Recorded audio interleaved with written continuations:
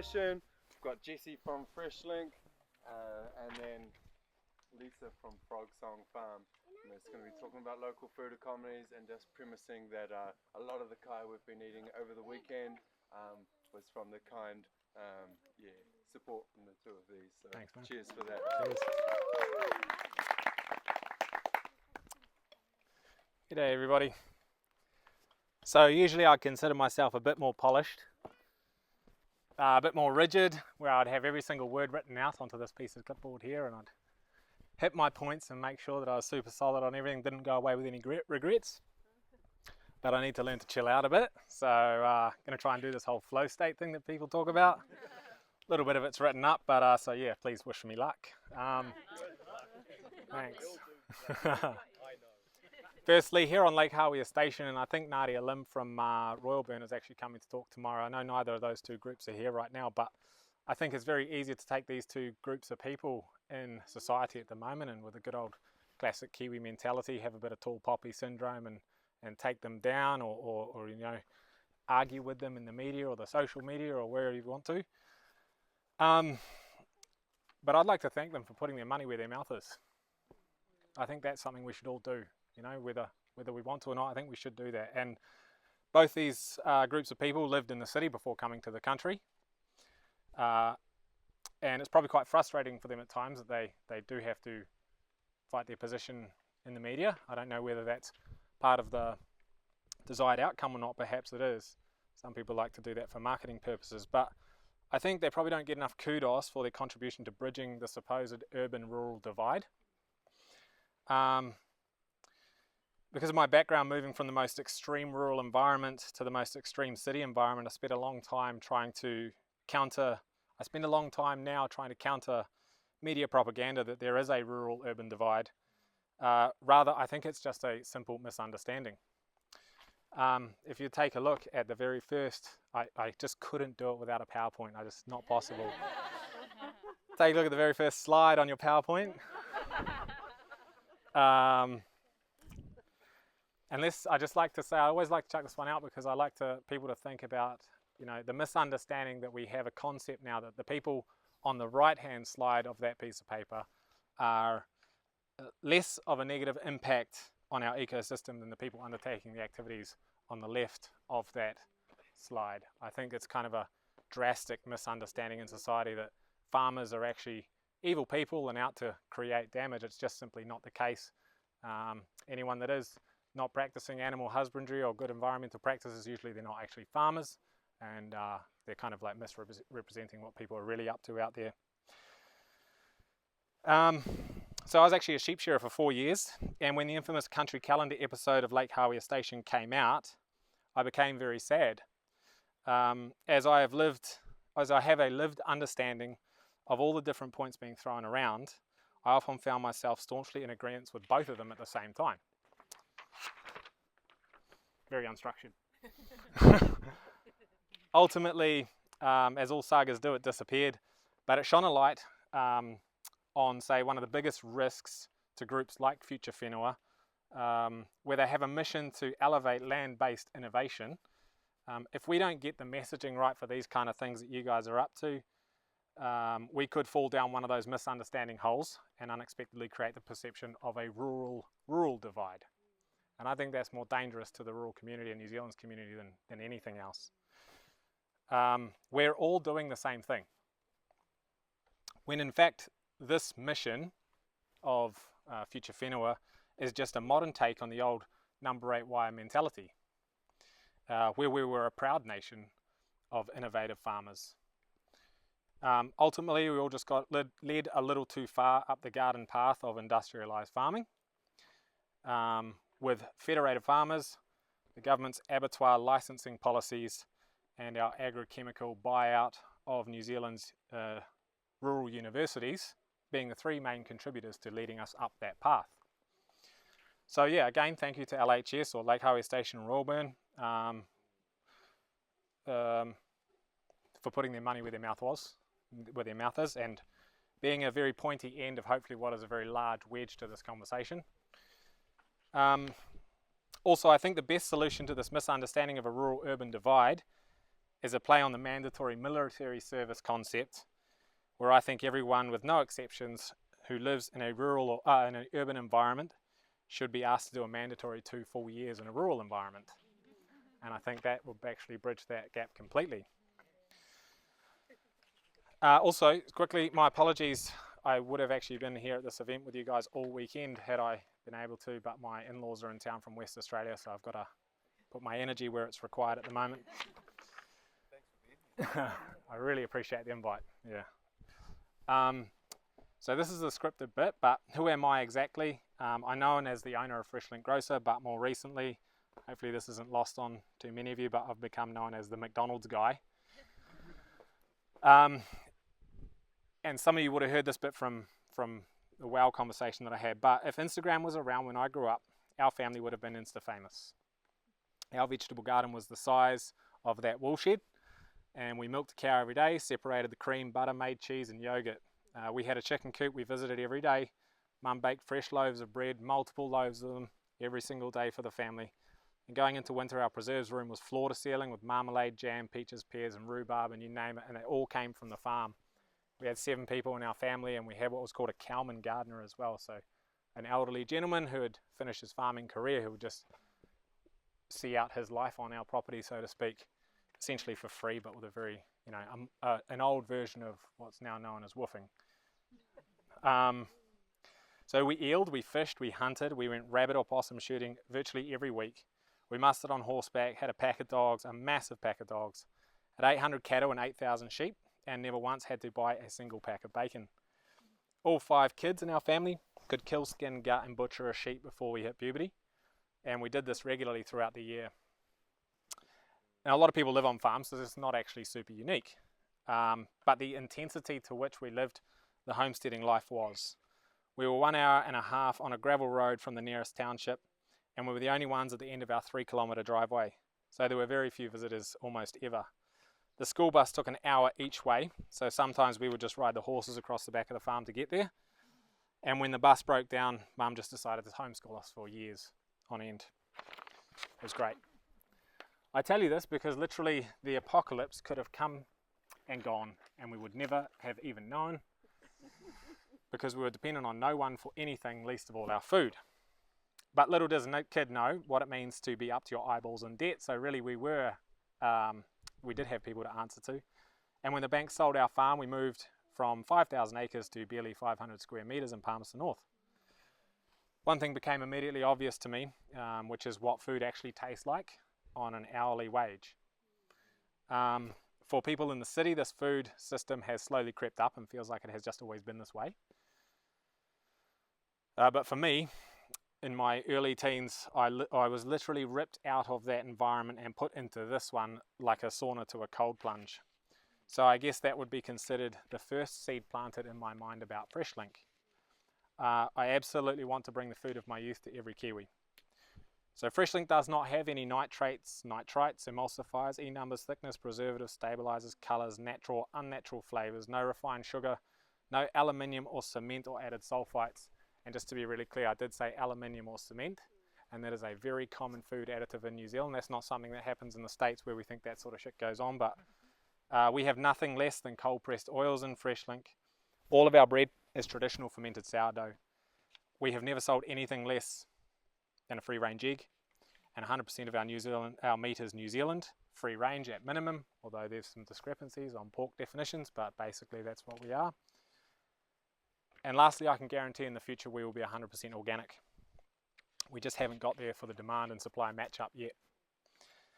So, as easy as that is to rattle off, it has been no small feat now, and nowadays I'm less shy about promoting this because I'm proud of the fact that no one in the world has ever done what we're doing. The most provocative statement I've ever heard in my life is that if your supermarket has a health food aisle, then what's in the rest of the aisles?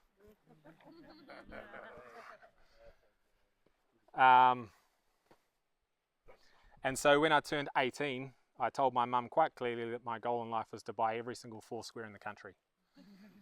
I thought that very dapper bow tie wearing man who was who we sold our meat to. And having left farming with our tails between our legs, I thought that if I just owned them all, I could support New Zealand farmers and no one would ever have to go through what we did again. And I still 100% believe that today. So the three kind of topics, actually the rest is kind of pretty light and easy, but the three kind of topics I want to touch on is the economic market and actually what is financially available out there for people. Secondly, I'm going to try and make us think about what this region is actually capable of. And lastly, I'm going to try and convince you that taking a product to market is very, very easy. Because at the end of the process, Freshlink is right there ready and waiting to buy it off you and support our people. So part one is the market size. If you could flip your pages on your PowerPoints. Shit, I don't have one. Can I grab one off someone, please? Yeah, thank you so much. I know. So, but economics, because it's always a thing I come up against. And look, nobody out there is creaming it from what we're doing here. You know, Lisa and I, you know, we're busting our fucking asses doing what we're trying to do. But a lot of the time, people like to tell me that it's simply not possible to create a sustainable, financially sustainable, you know, artisanal growing or farming company anymore in New Zealand. But here's the thing, the industry, the grocery industry, the one that I know a lot about, is $22 billion worth. And that's just tied up in two companies. The problem with $22 billion is that people can't, I personally can't even think in billions of dollars. I don't know how many millions of dollars that is. But when you break it down into each town, it's actually pretty easy to understand. So Wanaka has two major supermarkets, and I'm not talking about the Four Squares or Freshlink or any farmers markets that might go and lug it or anything going on in Lake Hawea, but two supermarkets. And I'm not here to bash supermarkets. This is all publicly available information. Those two supermarkets turn over $100 million a year. I think we can all think in that scale of things. That means that those two supermarkets buy ex-GST, excluding restaurants too, by the way. This is just the retail market. $1 million of broccoli. They buy $1 million of tomatoes, $2 million worth of chicken, and $10 million worth of eggs, and $13 million worth of all vegetables in a single year. You know, I might be off, give or take, 100 grand for each one of those, right? It doesn't really matter. They're still fucking big numbers. Excuse my language. Then you go over to Queenstown, and these are really, really, really conservative numbers. $200 million a year is spent in Queenstown, $280 million in Invercargill, and $450 million in Dunedin. So that's what's available. I mean, if you go to the supermarket your entire life, you're going to get globe tomatoes, right? And they'll call them tomatoes, and tomatoes on a truss. And then you'll have cherry tomatoes right next to them of whatever variety they are. I can't even tell you. But tomatoes and tomatoes on a truss are the same tomato. One just has the vine left on it. And if you shopped in the supermarket your entire life, you would literally eat the same tomato your entire life. And there's over 19,000 different varieties of tomato in the world. So to me, it sounds like quite a sad and pasteurized existence. But if someone was just willing to diversify a little bit in their tomato production, as Lisa is doing so boldly right now, along with Adrian from Rock Garden and whatnot, there's a lot of value to be available to someone that can tap that market right. And that's essentially what Freshlink is trying to do. We're asking our customers to vote with their dollars with us, and then we're basically trying to turn around and continue to vote with our dollars with someone else. Quite often that means that sometimes you come into Freshlink and you'll see things that don't make sense to our ethos, perhaps, like, you know, bagged lettuce, you know, in the winter time, in the depths of winter. And you know, the thing is, when Lisa, you know, they've only just set up their first greenhouse, and they've been fucking out there hustling for years on end. And one of our main tasks is to maintain our customer base for 12 months a year. So we got this pretty shitty plastic bag wrapped lettuce from Cambridge every year, Hunts Valley or something it's called. Lasts for like 2 seconds in the fridge. It's $4. It's pretty cheap, pretty nasty, pretty average. But that meant that people didn't have to go to the supermarket to get their lettuce. And that meant that we would maintain that customer base. And that meant that when Lisa's stuff came on, we'd rip that up and put theirs on.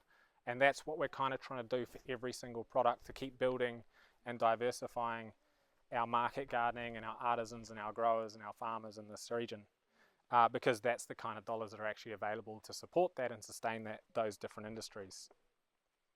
So part 2. This is a very dramatic oversimplification. But folks like James Samuels over here, he focuses very acutely on diversity through the likes of syntropic farming practices. I know he has a very holistic view as well, but like I said, I'm trying to oversimplify a little bit here. Folks like Lake Hawea Station here in Royalburn, they like to focus on diversity at a property level. Me personally, I permanently base my headspace in a regional diversity mindset, because I think that's the one that's going to knock the current system off its perch that we can replace it with, and we can replace it with what we're up to. So I'm not vouching for these industries I'm about to talk about, because I blatantly don't know the economies of any of the stuff I'm about to talk about. As in, I don't know how profitable it is to do what I'm about to talk about.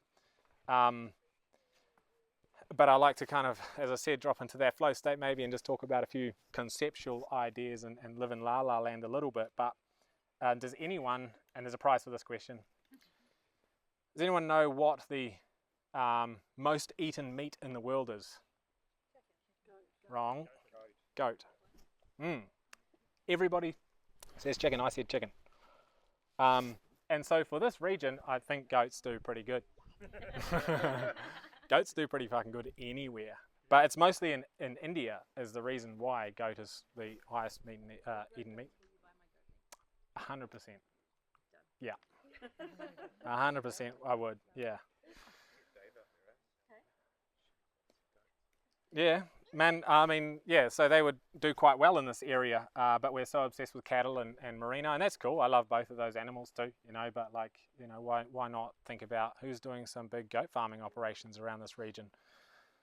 Very low touch animals too. They don't get the kind of foot rot that sheep do, you know, they don't minimal water consumption like cattle do. They're a very, very versatile animal. So also, I was just talking to someone the other day that ripped out 2,000 hazelnut trees just down the road from us. You know, it's unfortunate. The guy's a really nice guy. I was actually at his property. He told me, and he didn't really know who he was talking to, so fucking heart just ripped to pieces hearing about it. And I know 2,000 hazelnut trees is not a sustainable business in this area. I know we don't have the kind of, like, as Lisa and I were talking about the other day, the kind of cheap labor available in other countries to harvest nuts and the likes. But what I'm saying is this is prime hazelnut growing territory, you know, because I'm trying to think about regional diversity. If the goat farmer is next to the hazelnut orchardist, or whatever you call those guys, is next to the, you know, bee hive honey operation, is next to the you name it, then we've got real regional diversity going on. So I just learnt the other day, or a few months ago, that there's a guy in Wanaka that has 300 maple trees just across the road from Wanaka, Cadrona River. His 300 trees, I'm working with him now to try and get a product to market of maple water. Yeah, I mean, it's essentially Earth's Powerade, as we talked about the other day, Seb. But, you know, we're pretty obsessed with importing coconut water and doing these kind of things. And I'm not also necessarily against domestic, you know, globalized business necessarily or whatever, but maple water, this is prime time maple growing region, as well as the Mackenzie country, as well as the Ida Valley and Ramfurly and these kind of places that are areas that otherwise people consider barren wastelands. You know, that the only thing you can do on them is irrigate them or chuck some merinos on the hills, you know, but maple water. His trees are 27 years old. It takes 40 years to produce maple water from a tree. Usually they have to get the trunk to be 250 millimeters in diameter before they can produce the water. And then you boil that down to be left with the syrup.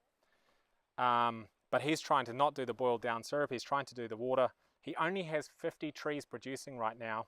And if the freeze-thaw frost temperatures are in his favor, he can produce 500 liters of maple water a week from 27 trees.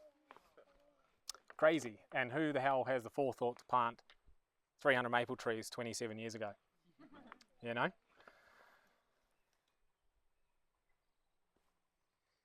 Pine pine nut trees. Just down the road from me, there's actually like a little orchard of pine trees that produce pine nuts. It's quite a small tree, it's the first time I ever saw them, and Lisa's actually going to put me on to someone that apparently has a nice orchard around town that's growing pine nuts. In the root base of pine nut trees, you can grow truffle. Two of the most expensive, per kilogram, per 100 gram products in the entire world. Like when people bring pine nuts up to the counter in Freshlink, I usually give the sale to someone else because I don't want to, I'm so embarrassed about what we have to charge for them. It's just such an expensive product. And look, I know, again, I've got my head in the clouds because these are, you're planting a huge capital investment into a huge capital investment, and you've got to wait years for these kind of things to be produced. But the point I'm trying to say is that regional diversity to me is the answer, and that we do not live in a barren wasteland. We live in a highly productive oasis, actually. Saffron grows unbelievably well here. Again, I think it might be the most expensive compound in the world per 100 gram. If not, it's right up there. The region that we're in right now is one of New Zealand's primetime wheat growing regions. We had like 2 or 3 massive mills, and we used to produce a shitload, almost the most, I think, of wheat out of this area here in Queenstown. And then the last one I want to talk about is grapes, because every summer I fill our fridges with Australian table grapes.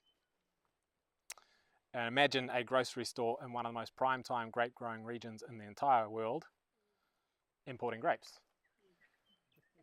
Again, right, so it seems against our ethos, but we have to maintain our custom, because if we don't sell those grapes, they're going to go to somewhere else, and then we don't have, when someone says, we're actually doing a grape harvest this year, we won't have a customer base to offer them. So we buy those grapes, and it's kind of a bit fucking warped, to be honest. Personally, I just can't even believe we have to do it.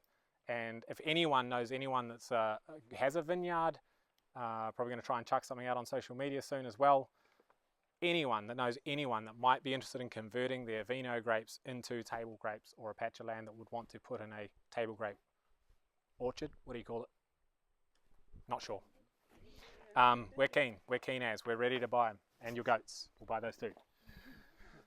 So that's the second thing, is like actually what's possible in this region. Almost everything. It's like I say, it's a production oasis, and people think that it's a barren wasteland, but it's just not the case. So the last thing I'd like to talk about is how easy it is to bring a product to market.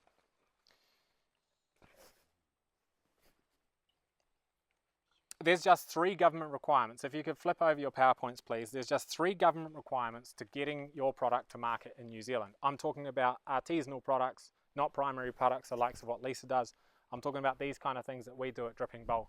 And we've brought 10 other products to market, and we sell them through Freshlink, and we sell them through Dripping Bowl as well. So we're quite proficient in this now. And I mean, essentially it's incorporate your business. That's like a 5-minute job online. Decide on your food safety plan, and there's really only 4 of them to choose on, and they're all templated, and once you get your head around them, it's not a scary beast that it feels like it is. I remember years ago, Lisa and I were talking about MPI plans and safety plans and stuff like that. In the beginning, it feels very cumbersome and like a big hurdle to jump across, but once you get it, it's not that hard. And the third one is packaging and recipe and nutritional information panel labeling as required by law to also achieve certain levels of shelf life. And that's it. Those are the only 3 things that the government requires. It's actually very, very simple. There's the other associated business activities, right? So in the beginning, you have to have your ideation and your brand creation. And I understand that that is no small feat. And then after the number 3 government requirement, you've got your systems and your processes to build, or probably in parallel with everything. And then the third one is, it's actually path to market. In my dyslexic way, I wrote path the market on this piece of paper. But it's path to market, but really what it is sales. It's hardcore sales. And all the fun stuff like ideation and in the beginning and creating your brand and building systems, truth be told, for most artisans and primary growers, this is the shit that actually excites them and comes supernaturally. It's those 3 steps and the sales, or the path to market, as I wrote there, they're actually what crush people and make people very nervous and very tired, and very, it's what keeps them up at night in the beginning. And I know I have over drastically simplified these government steps, right? But they're actually, that's all there is. Like, once you get into them, they're not that hard. Now once you've finished all that, that sales bit, the reason I've highlighted that green is because of the last slide that you'll show there. And I'm almost finished, sorry Lisa. So that last bit of sales is green because on the last slide, that's essentially what Freshlink is trying to do to the supermarket system that we have. Hey buddy.